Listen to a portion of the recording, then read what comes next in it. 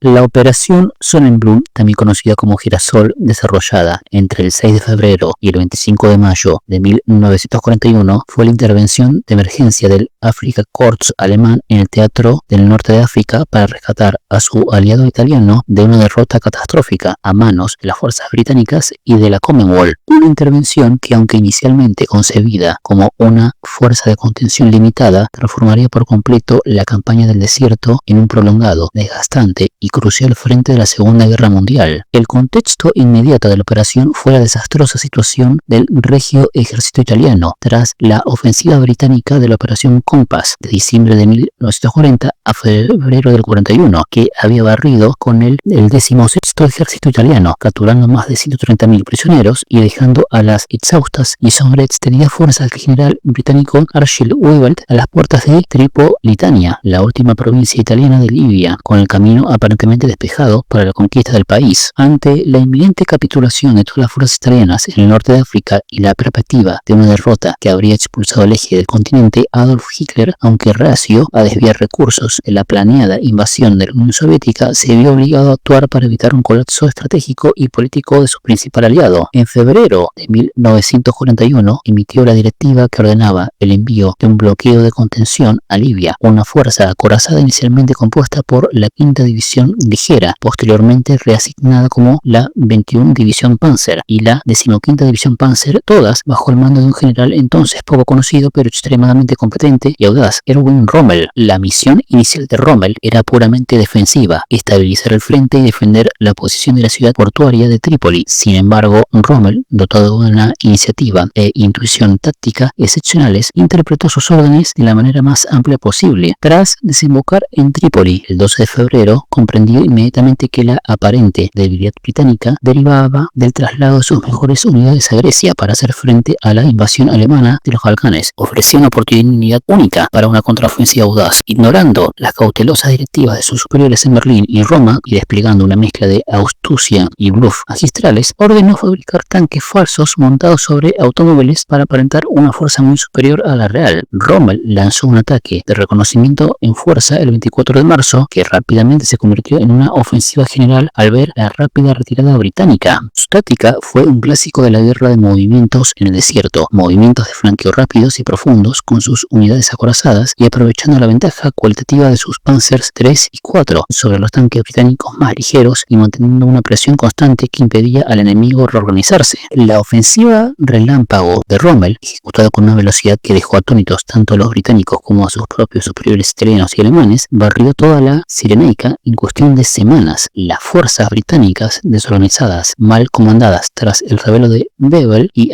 carentes de una defensa coaccionada, fueron empujadas hacia el este en desorden. El puerto crucial de Benghazi cayó el 4 de abril y para el 11 de abril la Afrika Korps había llegado a la frontera egipcia, aislando al puerto fortaleza australiano de Tobruk, que quedó sitiado y se convertiría en un símbolo de la resistencia aliada. La operación Sonnenblume había concluido con un éxito espectacular, habiendo revertido por completo la situación estratégica en el norte de África. El avance alemán solo se detuvo finalmente en la línea de Gazela, al oeste de Tobruk, en la frontera egipcia, agotado por la extrema longitud de sus líneas de suministro y la tenaz defensa de Tobruk, que ancló a las fuerzas del eje y les negó un puerto vital. La operación, que terminó oficialmente con la estabilización del frente a finales de mayo, tuvo consecuencias estratégicas de gran alcance. Rommel ascendió a comandante del recién bautizado Peshmerga. África se convirtió en una leyenda, el zorro del desierto, forjando un mito de invencibilidad que elevaría la moral alemana y procuraría profundamente a los aliados durante los años siguientes. Estratégicamente, la intervención alemana convirtió el norte de África de un conflicto periférico en un frente principal que consumiría ingentes recursos de ambos bandos. Para el Reino Unido, la pérdida de la Cirenaica y el asedio de Tobruk supieron un severo revés que extendió sus ya tensas líneas de suministros, ahora dependientes del largo viaje alrededor del Cabo de Buena Esperanza. Sin embargo, el éxito de Rommel también sembró las semillas de futuros problemas para el eje. Sus líneas de suministro, que se extendían desde Trípoli hasta la frontera con Egipto, eran extremadamente vulnerables a los ataques aéreos y navales británicos desde Malta. El compromiso alemán en África desvió fuerzas valiosas del inminente y decisivo frente oriental. La operación Sonnenblume, por tanto, no salvó a los italianos de la derrota, sino que abrió un nuevo y extenso capítulo en la guerra, fijando el escenario para las futuras y épicas batallas de Gazela, el Alamein y la eventual exclusión liberación del eje del continente africano.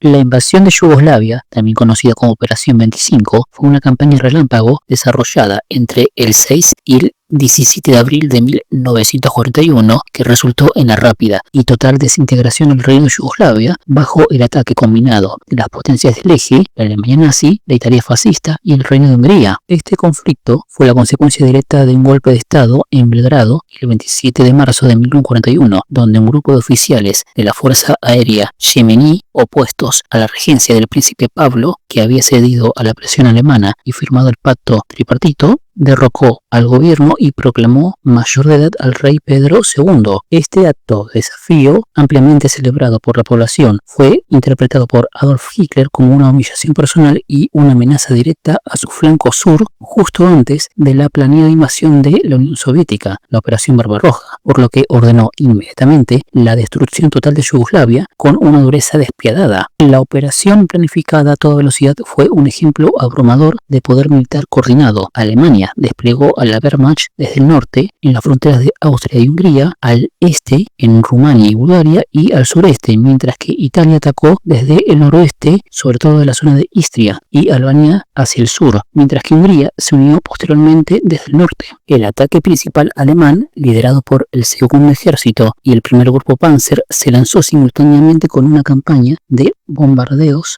aéreos masivos y devastadores sobre Belgrado, la capital yemení, que comenzó en la mañana del 6 de abril, sin una declaración de guerra formal. La Luftwaffe, con más de 500 aviones, prácticamente borró el centro de la ciudad en una operación de terror denominada Castigo, destruyendo infraestructuras gubernamentales, comunicaciones y causando miles de bajas civiles, paralizando desde el primer momento el cerebro del ejército yemení y sumiendo al país en el caos. Frente a esta maquinaria de guerra moderna y coordinada, Yugoslavia se encontraba en una situación desesperada. El país, una frágil amalgama de nacionalidades y grupos étnicos enfrentados, serbios, croatas, eslovenos, bosnios y un largo etcétera, carecía de cohesión nacional y su ejército, aunque numéricamente grande, tenía alrededor de 700.000 hombres, estaba terriblemente desactualizado, mal equipado, desmoralizado y plagado de tensiones políticas internas que acababan de estallar con el golpe de estado. Su doctrina militar era obsoleta, basada en una defensa estática de todas las fronteras, lo que disfrazó sus fuerzas y las hizo extremadamente vulnerables a los concentrados golpes de acorazados alemanes. Las divisiones Panzer alemanas, apoyadas por una abrumadora superioridad aérea, atravesaron las defensas fronterizas con facilidad, avanzando rápidamente por los valles de los ríos Morava y Vardar hacia el corazón del país sin encontrar una resistencia organizada significativa. La falta de voluntad de lucha de muchos soldados croatas, que veían a los alemanes más como liberadores que como invasores, aceleró aún más el colapso, con deserciones masivas y motines que desintegraron unidades enteras desde dentro. La campaña fue de velocidad vertiginosa. Zagreb fue capturada el 10 de abril. El mismo día, los nacionalistas croatas pro-alemanes de la USTEC, liderados por Antat Pevelić, declararon la independencia del Estado independiente de Croacia, un hecho que fracturó irrevocablemente al país. Las tropas alemanas entraron en Belgrado el 12 de abril y el 17 de abril, tras apenas 11 días de lucha, el gobierno yemení, representado por el general Kalafatović, firmó la capitulación incondicional en Belgrado. Las pérdidas fueron tremendamente desproporcionadas. Yugoslavia sufrió alrededor de 6.000 muertos y 254.000 soldados capturados, mientras que las bajas del eje fueron mínimas, con Alemania reportando apenas 151 soldados muertos. El territorio yemení fue inmediatamente desmembrado y repartido entre los vencedores y sus aliados. Alemania e Italia se anexionaron o ocuparon zonas clave. Hungría recibió territorios del norte, Bulgaria regiones del este, y se creó al Estado independiente de Croacia con un régimen títere bajo el control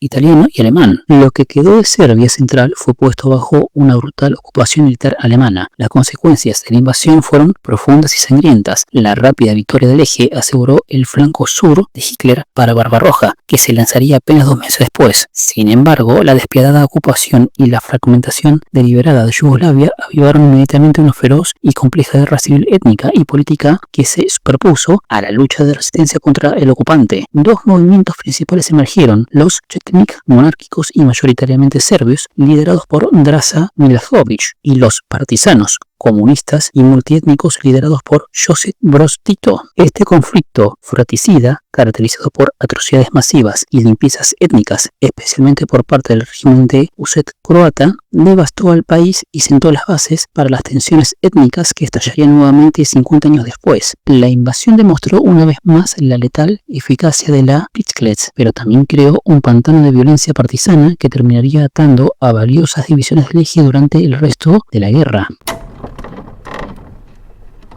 La batalla de Creta, librada entre el 20 de mayo y el 1 de junio de 1941, fue un episodio único y trascendental en la historia militar moderna, al ser la primera vez que una fuerza aerotransportada era empleada en forma masiva para la invasión de un objetivo estratégico. A pesar de resultar en una victoria táctica para el eje, se convirtió en una victoria pírrica que diezmó de forma permanente a la élite paracaidista alemana. El conflicto enfrentó a las fuerzas del eje, principalmente la Luftwaffe alemana con su 7ª división de paracaidistas y la 5ª división de montaña, bajo el mando general del general Kurt Student, contra una guarnición aliada compuesta por tropas británicas, australianas, neozelandesas y el remanente del ejército griego, que habían sido evacuadas desde el continente tras la fallida campaña de Grecia y que ahora estaban al mando del mayor general neozelandés Bernard Freyberg. El valor estratégico de Creta para Alemania era inmenso. La isla representaba una base aérea y naval ideal desde la cual la Royal Navy y las RAF podían amenazar los vitales campos petrolíficos rumanos del eje y hostigar las líneas de suministro marítimas del eje en el mar Mediterráneo Oriental, además de servir como un potencial trampolín para futuras ofensivas aliadas en los Balcanes. Adolf Hitler, inicialmente reacio, fue convencido por el entusiasta general Student de que la isla podía y debía ser tomada desde el aire en una operación audaz bautizada como Operación Mercurio. Los aliados, por su parte, conscientes de la importancia de la isla y alertados por los interceptores de Ultra, la inteligencia de las comunicaciones cifradas alemanas, estaban preparados para una invasión, aunque erróneamente esperaban un desembarco anfibio como el principal esfuerzo, subestimando la escala y audacia del asalto aerotransportado. La batalla comenzó en la mañana del 20 de marzo de 1941, con uno de los bombarderos aéreos más intensos vistos hasta entonces, seguido por el lanzamiento masivo de paracaidistas y el aterrizaje de planeadores sobre los 3 aeródromos clave de la isla, Malén,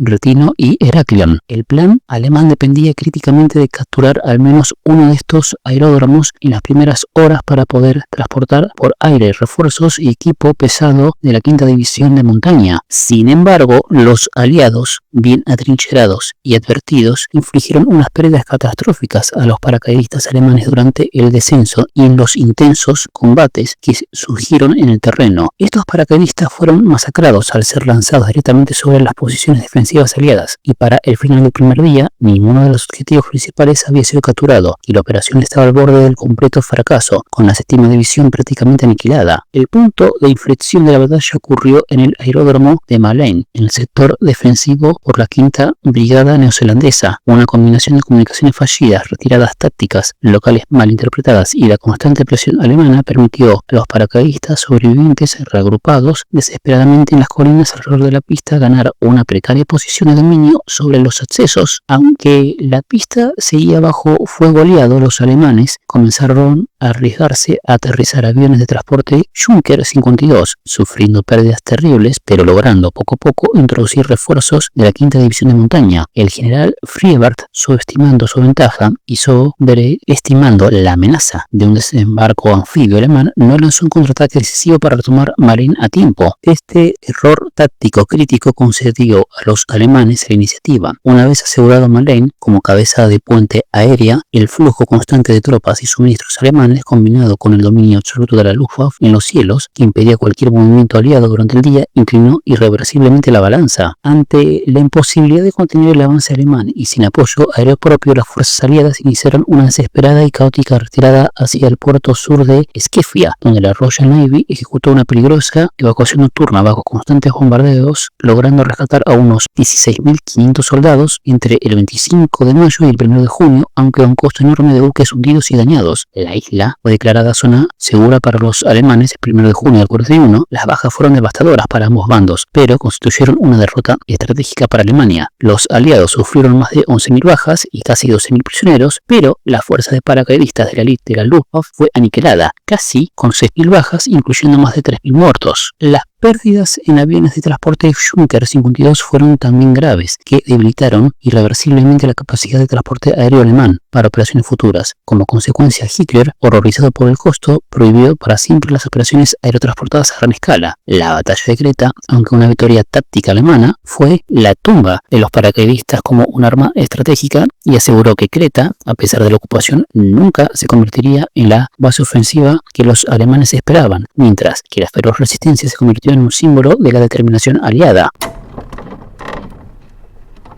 Operación Barbarroja. La invasión alemana a la Unión Soviética iniciada el 22 de junio de 1941 fue la operación militar más grande, sangrienta y trascendental de la Segunda Guerra Mundial. Un conflicto de escala continental que no solo definiría el resultado de la guerra, sino que alteraría irrevocablemente el curso de la historia del siglo XX. Este enfrentamiento colosal enfrentó a la Alemania nazi y a sus aliados del eje, Rumania, Finlandia, Hungría e Italia, contra la Unión Soviética de Stalin, desplegando a lo largo de un frente de más de 2.900 kilómetros desde el mar Báltico hasta el mar Negro. La operación, nombrada en honor al emperador medieval Federico I Barbarroja, representaba la culminación de la ideología racial expansionista de Hitler, la denominada espacio vital, y su obsesión por destruir el judeobolchevismo, marcando el inicio de una guerra de aniquilación sin reglas ni cuartel. La planificación alemana se basaba en la premisa arrogante de que la Unión Soviética, a la que consideraba un gigante con pies de barro, colapsaría tras un solo golpe masivo y rápido, basado en la dificultad que tuvo la Unión Soviética en derrotar a Finlandia en la Guerra de Invierno. La estrategia de guerra relámpago, que había sido tan exitosa en Europa Occidental, se aplicaría en tres direcciones de avance principales. El grupo del Ejército Norte avanzaría hacia Leningrado para estrangular simbólicamente la cuna del bolchevismo. El grupo del Ejército Centro, con la mayor concentración de poder acorazado, se dirigiría hacia Moscú, el corazón político de la nación, y el grupo del Ejército Sur avanzaría hacia los ricos campos agrícolas y petroleros de Ucrania y el Cáucaso. El objetivo era destruir al Ejército Rojo al oeste de los ríos Dvina Occidental y Dnepr,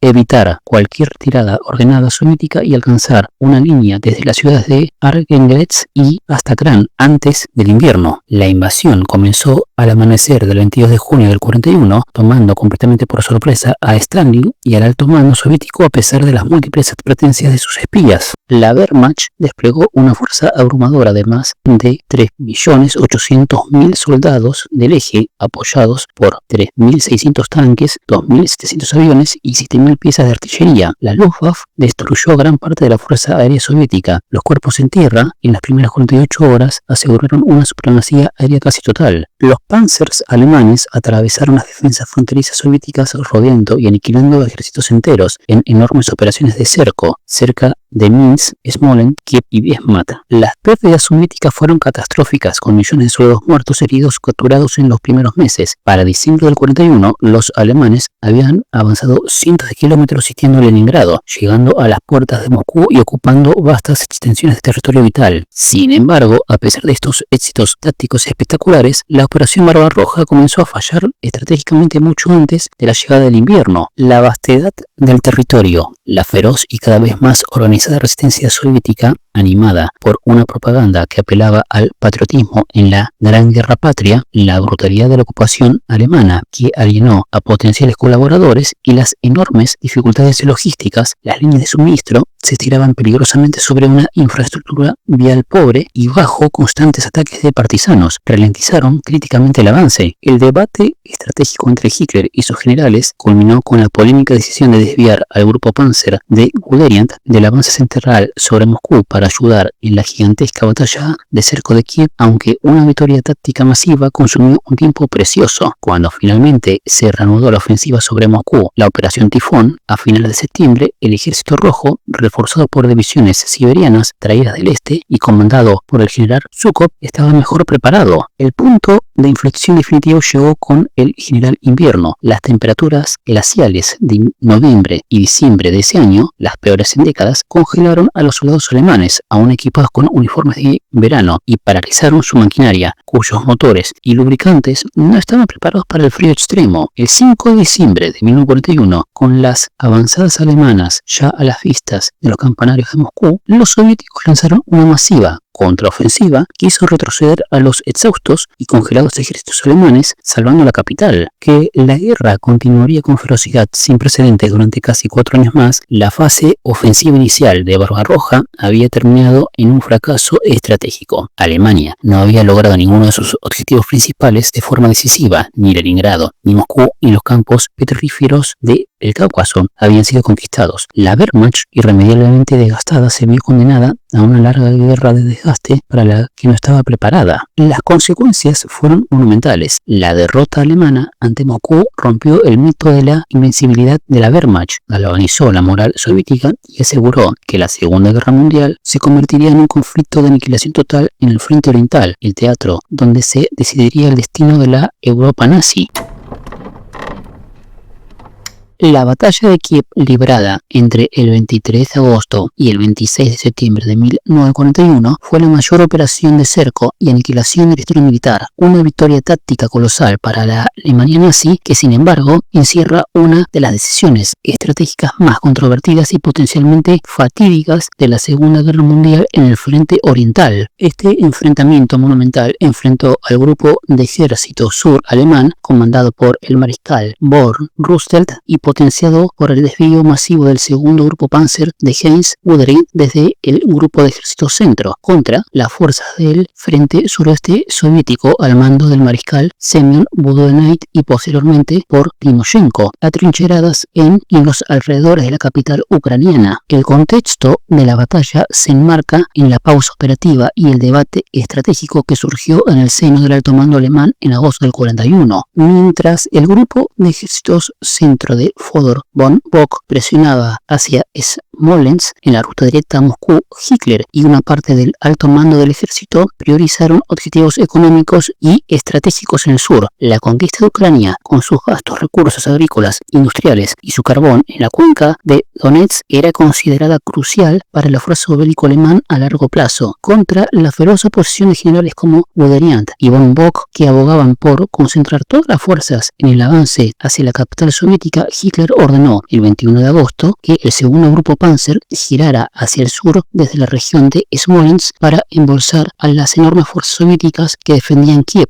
La operación, ejecutada con maestría técnica, fue una pinza gigantesca. El segundo grupo Panzer de Guderian avanzó hacia el sur desde su posición en el flanco norte del saliente de Kiev, mientras que el primer grupo Panzer de von Kleist atacó hacia el norte desde su cabeza de puente en el río Donetsk, en el flanco sur. La ofensiva se inició formalmente el 23 de agosto y la velocidad de las fuerzas acorazadas alemanas, a pesar del terreno difícil y la tenaz resistencia soviética, fue abrumadora. Los puntos de lanza de los grupos Panzer se encontraron en la localidad de Lokebestia el 16 de agosto de 1941, cerrando el cerco y atrapando en su interior a la mayor parte de 4 ejércitos soviéticos, los número 5, 21, 26 y 37, en una bolsa de proporciones gigantescas. Lo que siguió fue una aniquilación metódica. Las fuerzas soviéticas completamente cercadas carecían de suministros, dirección coherente y ruta de escape. Stalin había prohibido expresamente cualquier retirada, considerando Kiev una ciudad de valor político y simbólico incalculable. Durante las siguientes 2 semanas, los ejércitos de infantería alemana, el sexto ejército de von Rheinstein y el ejército 17 de von Sturmpeterk cerraron el anillo interno, comprimiendo y desmembrando las unidades atrapadas en una serie de feroces combates. La resistencia soviética fue desesperada y heroica, pero inútil, frente a la abrumadora superioridad aérea y de artillería alemana. La batalla concluyó oficialmente el 26 de septiembre con la rendición definición de los últimos focos de resistencia. El balance de la victoria alemana fue apabullante en términos tácticos. Las cifras de prisioneros de guerra soviéticos ascendieron oficialmente a 665.000 hombres, una cifra sin precedentes, a los que se sumaron decenas de miles de muertos y la captura de 3.718 piezas de artillería y 888 tanques. El frente suroeste soviético fue prácticamente borrado del mapa, dejando el sur de Ucrania expuesto para la posterior conquista alemana de Kharkov, el Donbass y Crimea. Sin embargo, esta victoria tuvo un coste estratégico monumental para Alemania. El desvío de Guderian y la consiguiente pausa en el avance central hacia Moscú consumieron 2 meses críticos del verano y otoños rusos. Cuando finalmente el grupo de ejército centro pudo reanudar ofensiva sobre la capital soviética, la Operación Tifón, a finales de septiembre, se encontró con un ejército rojo reforzado y un enemigo mucho más preparado, además de la proximidad del invierno ruso para el que la Wehrmacht no estaba equipado. Muchos historiadores argumentan que esta demora, decidida por Hitler, fue el error estratégico clave y condenó la Operación Barbarroja al fracaso, ya que privó a los alemanes el tiempo necesario para tomar Moscú antes del invierno. Así, la batalla de Kiev, a pesar de ser la cúspide de la guerra relámpago, se erige como una victoria pírrica que, al priorizar objetivos económicos sobre la aniquilación del centro neurálgico del poder soviético, puede haber sellado la suerte a largo plazo de la Alemania nazi en el frente oriental.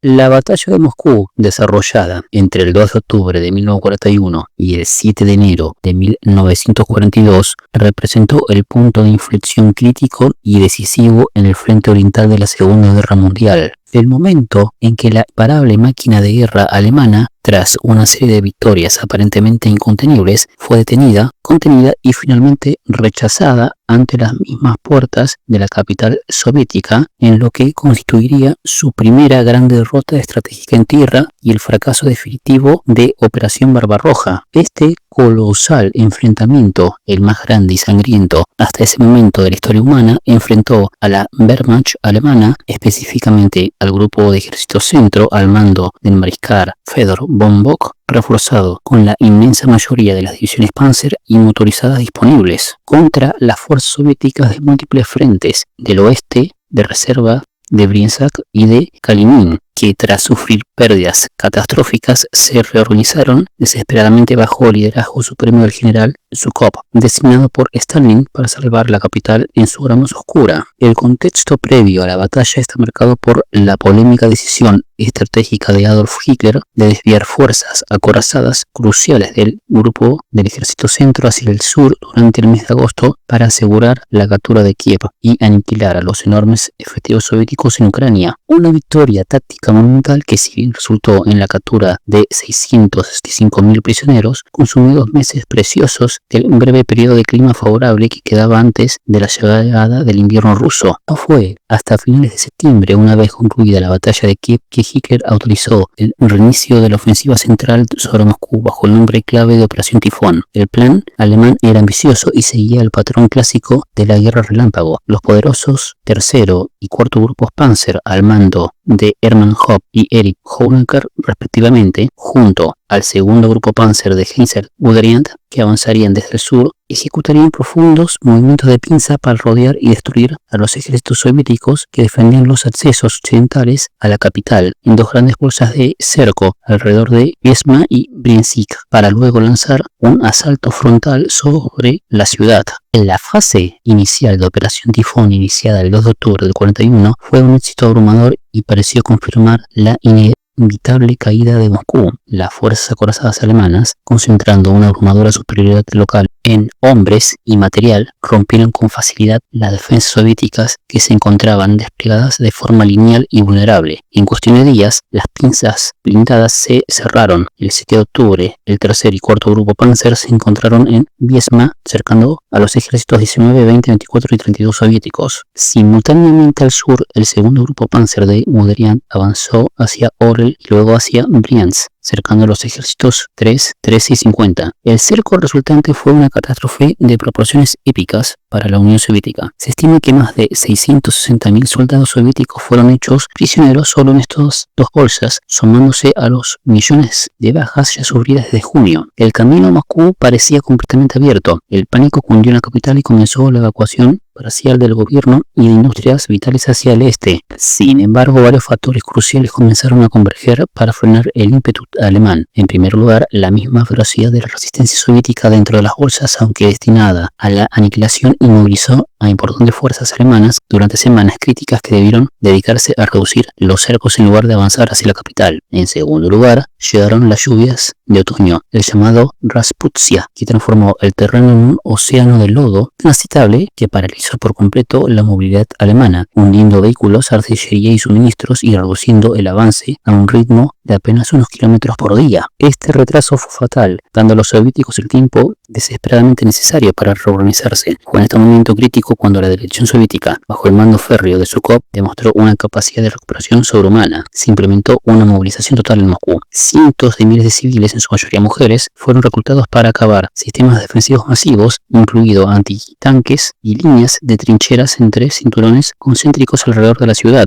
Mientras tanto, tropas frescas y bien equipadas, incluyendo divisiones siberianas veteranas y endurecidas por el frío, que habían sido trasladadas urgentemente desde el lejano oriente tras confirmar la inteligencia soviética proveniente del espía Richard Sorgov de que Japón no atacaría Siberia, comenzaron a llegar al frente para reforzar las exhaustas defensas. Para finales de noviembre, el lodo se congeló con la llegada de las primeras y terribles heladas, endureciendo el terreno y permitiendo que los alemanes reanudaran su avance en una última y desesperada lucha por alcanzar Moscú. Se llegó a puntos de apenas 25 o 30 kilómetros del centro de la ciudad. Patrullas de reconocimiento alemanas pudieron ver las torres del Kremlin con sus prismáticos. Pero el ímpetu ofensivo se había agotado. Las divisiones alemanas estaban al límite de su resistencia, terriblemente desgastadas, con las líneas de suministro extendidas al máximo y completamente faltas de equipamiento de invierno, ya que Hitler había previsto una victoria mucho antes de la llegada del frío. El 5 de diciembre del 41, con las temperaturas desplomándose por debajo de los 30 grados bajo cero y las fuerzas alemanas física y moralmente exhaustas, incapaces de continuar, Zhukov lanzó la contraofensiva general soviética. Más de 1 millón de soldados soviéticos apoyó a tanques T-34 y lanzacohetes Katyusha recién llegadas a la batalla, cayeron sobre líneas alemanas sobreextendidas y congeladas. El efecto fue devastador. La Wehrmacht, totalmente sorprendida por la fuerza y el momento del ataque, se vio obligada a realizar una amarga y caótica retirada, abandonando equipo pesado y sufriendo enormes bajas para evitar ser cercada a su vez. Hitler, furioso, ordenó una política de resistencia fanática y prohibió las retiradas tácticas, estabilizando parcialmente el frente a un enorme costo humano, pero el mito de la invencibilidad alemana había sido destrozado. La contraofensiva soviética continuó hasta el 7 de enero del 42, recuperando una cantidad significativa de territorio y alejando la amenaza inmediata sobre Moscú. Las consecuencias de la batalla de Moscú fueron profundas e irrevocables, y estratégicamente marcó el fracaso definitivo de la Guerra Relámpago y de la Operación Barbarroja, condenando a Alemania a una prolongada guerra de desgaste en dos frentes para la que no estaba preparada. Moralmente, la victoria soviética fue un triunfo propagandístico incalculable que galvanizó la determinación del Ejército Rojo y del pueblo soviético, demostrando al mundo que la Alemania nazi podía ser derrotada. Militarmente, las pérdidas fueron colosales para ambos bandos, pero la Wehrmacht perdió lo mejor de su fuerza de combate y nunca recuperaría completamente la iniciativa estratégica que tuvo en los primeros meses de la invasión. La derrota ante Moscú extendió la guerra e irrevocablemente inclinó la balanza a largo plazo hacia la coalición aliada,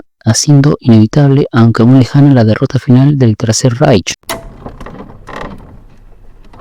El ataque a Pearl Harbor, ejecutado por la Armada Imperial Japonesa el 7 de diciembre de 1941, fue un evento que alteró irrevocablemente el curso de la historia mundial al precipitar la entrada formal de los Estados Unidos en la Segunda Guerra Mundial, transformando un conflicto predominantemente europeo en una verdadera guerra mundial. Este asalto sorpresa, concebido y planeado meticulosamente por el almirante Yamamoto, comandante en jefe de la flota combinada japonesa, tenía como objetivo estratégico fundamental neutralizar la flota del Pacífico de los Estados Unidos con sede en Hawái durante un periodo crucial, permitiendo así a Japón conquistar sin oposición naval significativa los vastos recursos del sudeste asiático, las áreas de recursos del sur, específicamente las Indias Orientales neerlandesas por su petróleo, Malaya por su caucho y estaño y las Filipinas para establecer un perímetro defensivo tan extenso que en teoría desanimaría a un Estados Unidos debilitado a librar una guerra larga y costosa, forzándolo eventualmente a negociar una paz favorable a Tokio. La operación, bajo el mando táctico del vicealmirante Chuichi Nagumo, fue una hazaña logística y militar audaz sin precedentes. Implicó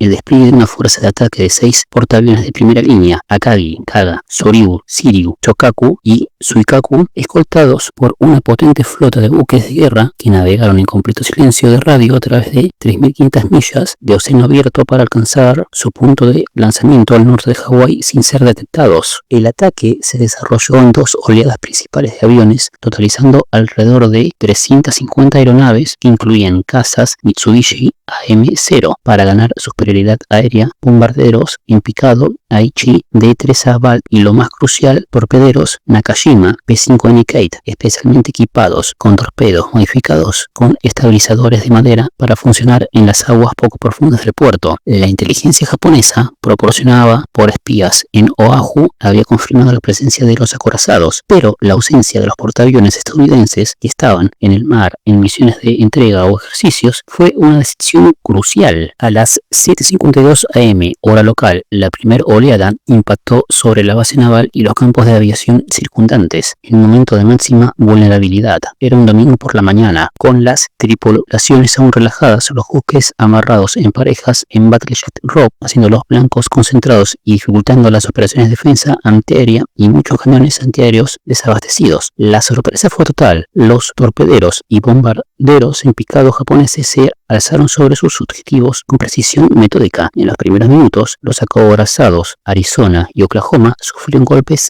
catastróficos. El Arizona, alcanzado por una bomba perforadora de blindaje que hizo detonar su Santa Bárbara de proa, se partió en 2 y se hundió casi instantáneamente, llevándose consigo la vida de 1.177 marineros, casi la mitad del total de bajas estadounidenses del día. El Oklahoma, alcanzado por múltiples torpedos, se volcó y hundió en minutos, atrapando a cientos de hombres en su casco. La segunda oleada, que llegó alrededor de las 8:50 am, encontró una resistencia más organizada, pero continuó la carnicería, concentrándose en otros buques y en las instalaciones de los astilleros y los diques secos. En menos de 2 horas el ataque había concluido, dejando atrás de sí una escena de devastación apocalíptica. El balance de la destrucción era abrumador. 8 acorazados fueron hundidos o seriamente dañados, además de 3 cruceros ligeros, 3 destructores y otros buques auxiliares. Más de 188 aviones estadounidenses fueron destruidos en tierra y otros 159 quedaron dañados. Las bajas humanas ascendieron a 2.403 estadounidenses muertos y 1.178 heridos, una cifra que conmocionó profundamente a la nación. Sin embargo, desde una perspectiva estratégica, el ataque fue un fracaso crítico para Japón. Por un milagro del azar,